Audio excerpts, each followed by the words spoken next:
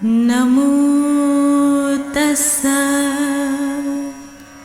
भगवतो अरहतो सम्मा सम्बुद्धस्स। नमो तस्स भगवतो अरहतो सम्मा सम्बुद्धस्स। नमो तस्स भगवतो अरहतो सम्मा सम्बुद्धस्स। बुद्धं शरणं गच्छामि, धम्मं शरणं गच्छामि।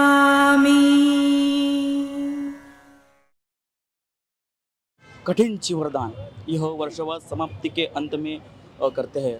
बड़ी ही श्रद्धा से उपासक उपासिकाएं बड़ी ही श्रद्धावान से रात भर जागकर वो कठिन चिवर सिलाते हैं कपड़ों से। फिर उसके बाद वो श्रद्धा से पूज्य भिक्षु संघ को दान करते हैं। हमारे साथ तक्षशिला वागधरे ताई हैं, उनसे जानेंगे कि क्या है कठिन चिवरदान का महत्व। ताई जय भीम। नमो बुद्धाय, जय भीम। मैं तक्षशिला वागधरे बोधिपखिया धम्म फाउंडेशन की सदस्य हूँ और हम लोग बहुत सालों से शाक्य धम्मदीना अय्यर जी के साथ में काम कर रहे हैं। कठिन चिवर का यही महत्व है कि वर्षावास का जो काल रहता है उसमें 3 महीने जो हमारे भिक्खु भिक्खुनी है वह एक ही जगह पर रहकर धम्म का चिंतन मनन लोगों को उपासकों को देना यह काम होता है। और उसके बाद में 3 महीने के बाद में उपासक उपासिकाओं की ओर से भिक्षु संघ को चीवर उनकी जो आवश्यक सामग्री है वह सब उन्हें दान किया जाता है, वस्तुएं दान किया जाता है। और कठिन चीवर का इसलिए महत्व है कि वह कठिन माने एक प्रकार का जो चीवर रहता है जो बहुत मेहनत से तैयार किया जाता है, बहुत श्रद्धा से तैयार जाता है और बहुत ऊर्जामयी मन से वह चीवर तैयार किया जाता है और संघ को दान किया जाता है। इस दान में जो उपासक उपासिकाएं भाग लेते हैं उन्हें इस श्रद्धा के कारण बहुत पुण्य प्राप्त होता है।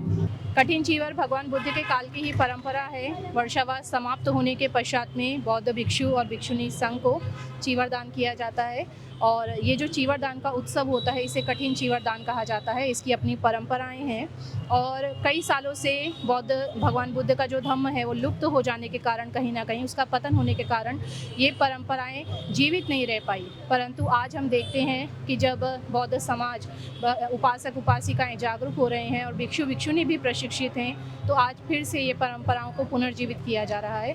वर्षावास 3 महीने भिक्षु और भिक्षुणी बिताते हैं, आषाढ़ पूर्णिमा से शरद पूर्णिमा तक, और फिर शरद पूर्णिमा से कार्तिक पूर्णिमा का जो 1 महीना होता है वो हमारा कठिन चीवर दान उत्सव का महीना होता है।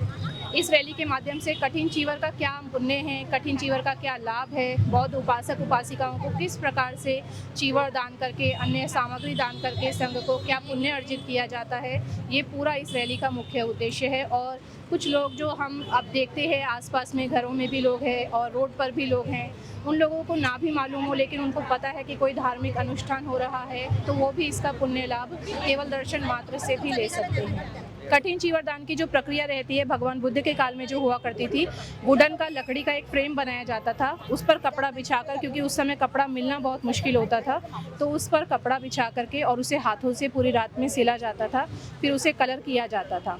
परंतु आज जो कठिन चीवर की परंपरा है, क्योंकि हर जगह कपड़ा मिलना आसान है, फिर भी कई परंपराओं में अभी भी वुडन फ्रेम पे पूरा कपड़ा रात भर सिला जाता है। दूसरा तरीका है कि हम उसको विनय अनुसार पूरा सिलवा कर और उसे हम लोग दान करते हैं। ये पहली बार है कि भिक्खुनी संघ का कठिन चीवरदान आयोजित किया गया है और मैं जब बाल संस्कार वर्ग जब मैं चलाती हूँ तो मैं ये मेरे बच्चों को अपना कल्चर देना चाहती हूँ। मेरे बच्चे भागते हैं, जब गरबा होता है तब वो भागते हैं, तो मैं मेरे बच्चों को मेरा ही अपना एक कल्चर देना चाहती हूँ। जय भीम, नमो बुद्धाय। आप देख सकते हो कि कैसे छोटे छोटे बाल उपासक उपासिकाएं बाल बालिके तैयार होकर कठिन चिवरदान कैसा रहता है इनका महत्व सिखाने के लिए यह एक तालीम कर रहे हैं। और भाई नाम क्या आहे तुझं? स्माइली. काय बोलणार तू? मला बुद्ध आणि धम्मच पाहिजे. फक्त बुद्ध आणि धम्मच पाहिजे. काय नाव आहे तुझं? यश विकास खरडे. कोणत्या शाळेमध्ये आहे? हा? कुठल्या शाळेमध्ये आहे? सावित्रीबाई फुले नगर 5 नंबर गल्ली. काय बोलशील तू? काय सांगशील? मी बुद्ध आजी बाबासाहेब आंबेडकरांना मानणार. एक छोटे छोटे बच्चे कैसे धम्म के प्रति उनका समर्पण देख लीजिए. आप देख सकते हो कि कैसे तालीम कर रहे हैं, कठिन चीवरदान का महत्व है यह कैसे प्रचार कर रहे हैं.